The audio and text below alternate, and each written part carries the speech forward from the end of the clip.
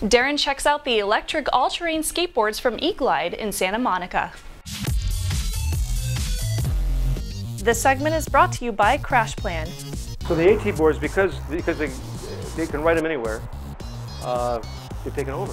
We ship 20 of these to 1 of those. For the most part, our customers are guys in their 40s and 50s. That's who buy these power boards. They're all. So it's not like 20-sums commuting to work? No, not at all. 40-sums, 50-sums commuting to work. Not 20s or 30s, 40s and 50s. All of them. All of them. I mean, yeah, sure, we get them. Yeah. But I would say 3-4% are not in that group. Brazil, it's different. They're young guys. You know, they're young guys in their 20s and 30s, and they're all over the place. So that's what's happened, and these boards have completely taken over. And then we have our GI, which is our ultimate carving machine. You look at the hardware on this, and it's really all super high-end, $200 trucks, $100 wheels. The plate systems are all welded by military spec shops in Gardena. This outcarves anything that I know of, motorized or non-motorized. It's amazing. It's all about the carve. How did this come about? There was a product called the Carve board, okay, and it's a pneumatic skateboard that you go downhill on. It's got really loose trucks, great big pneumatics. Those are actually like those in the stack right there, pretty good sized pneumatic tires. And how you regulate the speed going down a hill is by increasing or decreasing the air pressure in the tire. If it's a real steep hill, you decrease the air pressure, and you're still carving, like this, but slowing yourself down with tire pressure. And I actually wanted to come up with something like that motorized, and I motorized the carve board. And the trucks broke in like a week. They were really not made for that application. So that's how this project began. I wanted something that would really carve with pneumatic tires, and it evolved into the GI. So rather than changing speed based on the air pressure and the tires, this is just regenerative braking? Exactly. Okay. Exactly. It's regenerative braking. And so how does your braking control system work? We have a gun. And, okay. And so that allows you to vary speed? Yeah, it works just like the Tesla, like an electric vehicle would. Obviously, if you pull the trigger, it goes like hell in this case. And the way our system works, when you release the trigger, it will go into deacceleration mode, regen, and it'll go to a slow coast forward for full braking. And it doesn't take much time to get used to our system. What's beautiful about this system is it's full engagement. It's not like, okay, now I'm going to put my brakes on at 20 miles an hour. Where am I? Which is not a good thing. You have full engagement. You always know exactly where you are. There are no surprises. You go down a hill with this board with controlled acceleration, like you go down a hill with a stick shift in first gear. Always full control. And we love that aspect of it. So that's how our system works. It all works on regen. You know how that works. We've experienced boards with disc brakes and all that. It doesn't work well on an electric skateboard. The regen is the way to go on these things. And so that's just like in a Toyota Prius or any other modern-day electric vehicle. Yeah. You let off on the gas, it starts to go into regen, deacceleration, and works really well. And so it ends up improving your range. It does. Nothing, I don't think, measurably, but it's better than wasting the energy. But what it does is it allows for smooth braking, and that's really what we care about, is smooth braking and smooth deacceleration. And fully control, precise. So is that why you go with wired? Because it gives you more precision? Well, first of all, the first reason we go with wired is we were the first guys to use, besides Xskate 9 years ago, we started off with wireless electronics. And it was a hideous nightmare. They didn't work right. If they were unreliable, everything we shipped came back. It just didn't work right. Now, this was 9 years ago. It's probably improved a little bit since then. Then we tried the cable systems, and they were reliable. I liked the smoothness. I liked the fact that there was no noise. I liked the progression. It wasn't like on or off, off, on, off. It was like a real accelerator. And so we started with the cable, and we still test everything wireless. Guys bring stuff into the shop all the time. Everything that's out there comes in these doors, and we ride it. And there's nothing wireless that is anywhere as smooth and predictable as this. It's not out there, man. And you have to ask yourself, have you ever seen a wireless throttle application where there's a human at risk? It does not exist. It's cable, it's rod, it's hydraulics. You look at airplanes, you look at cars, you look at anything. It's not a wireless throttle transmission. It's always something that's direct connection. And we found that for a power board. Now you got these guys riding these power boards with these Chinese electronics, and I've heard so many horror stories, man. These things are potentially dangerous. They are. If you're going 20 plus something miles an hour, and all of a sudden the electronics decide to shut down and lock up, man, the guy's going to go flying off the board. And we've heard so many stories with the Chinese systems of this happening. They are RC, they're not even RC quality electronics. The Chinese stuff is really subpar. It's cheap. You can buy this stuff for like 50 bucks with the gun, the receiver, the whole thing, the main PC board. Our iDrive is $195 by itself, and that's before a gun and our cables, which are made by Conquest Sound Labs. So one is a toy, yeah, and one is a serious machine. Well, talking about serious machine, the components and that being the quality and you know, offering you the reliability. Can you walk me through the components of your system? Absolutely. Let me show you a quick history here. This is what we used to get from China. Where are you? Yeah. That's the kind of stuff we would get from China back 9 years ago. Pretty hideous. We evolved from this to Curtis instrument motor controllers, which were a lot better than the Chinese stuff. I mean, you know, 1,000-fold better than the Chinese stuff. But we found something much better through a Belgian distributor. We discovered a company called PG Dry Technologies, and we use our motor controllers. This is the new generation. This thing right here puts out 70 amps. It self-checks itself 250 times, what is it, a microsecond or some damn thing? We set the parameters up on this. We have about 64 parameters that we plug into it to make it work optimally for us. We can get these back if there's a problem and diagnose it. If a customer has a problem, you can send us the electronics. We put it on our system. We can find out exactly what's going on with the board. We can find out if there's defaults, trip codes, all that kind of stuff. On this board, we're using MBS Pro Matrix trucks. The base plates are all CNC'd aluminum. They're spring-loaded. They work better than anything that we've ever used. We could make our own, but these work as good as anything I've come up with, so we use their trucks. We have plate systems that are added to the trucks. We have 6 machine shops in Gardena that make parts for us. This is one of the parts that they make for us. On the GI, we use a chain drive. We just like the way it works on the GI. Customers seem to like it. Do you use chain drive on all of the machines? No, this is the only board. The other boards all have belt drives. This is the PG Drive iDrive motor controller. Everything plugs into here. Battery pack with special electric vehicle rated batteries. And that's pretty much it. We flip it over. Can I flip it over now? Yeah. Okay.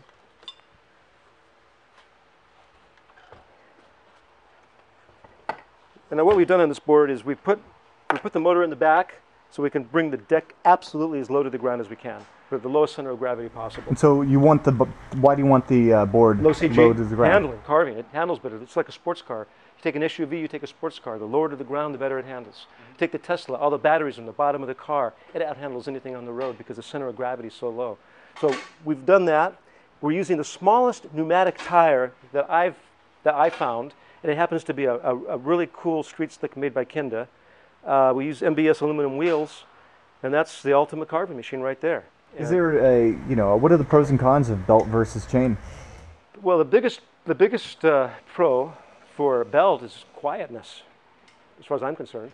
I like it's much more quiet sound. You don't hear it. The chain you hear. Chain will last much longer. The chain won't break down like a belt might break down. It's more rugged. But the belts that we use though on our ATs are pretty impressive. This is the AT dry belt we use right here, and it's a pretty good sized dry belt. Mm-hmm. And these last pretty well too. It's not really made for true off-road use. You can ride it somewhat on grass, but if you look at the tires, they're a narrower tire.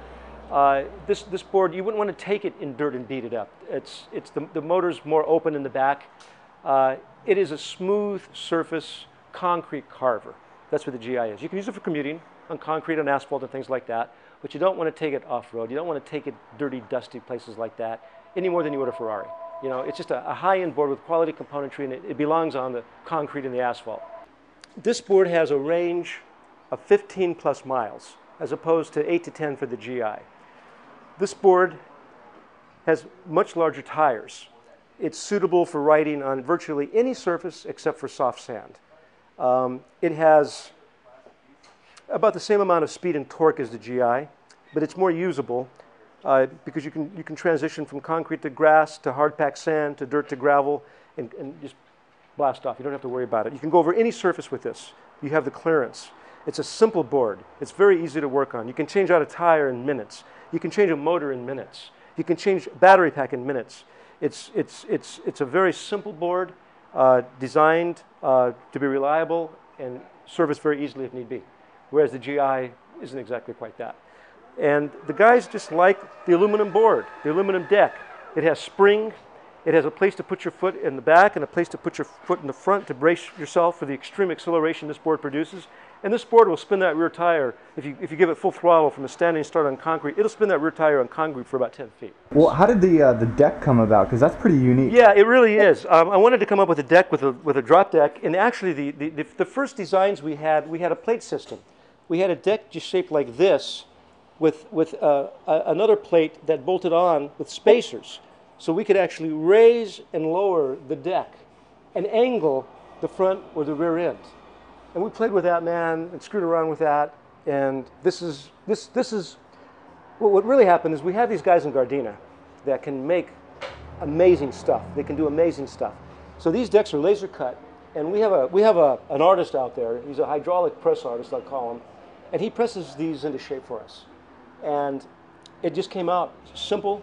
It works. It worked better than any plate systems. It worked better than any angled ends. It exceeded our expectations because the flex is just about perfect on this board. When you ride it, man, you just never want to stop. I mean, it's just so much fun. Would you say that you have like a fundamental design philosophy when you put these together? A little bit. You got to realize we're having a lot of fun here, man. Okay? And, no, really? Yeah. I couldn't tell. No, we do this because we love it. This is not about, oh, let's make something to make a lot of money. You know, it's like a surfboard company. You know, we have a passion for the boards that we make. We're not trying to sell 1 million of them. We don't really want to sell 1 million of them. You know, we're happy the way things are. But what we want to do is we want to build the most reliable, sought-after power boards in the world. And we want to be able to keep our customers happy. And you have to be able to do both, and we do that. So I love how Hack Across America is totally a proving ground for this kind of like videography that I love. I'm shooting with some weird stuff here. These are actually HD glasses. I'm using a DSLR, some POV cameras on like a big extendy guy.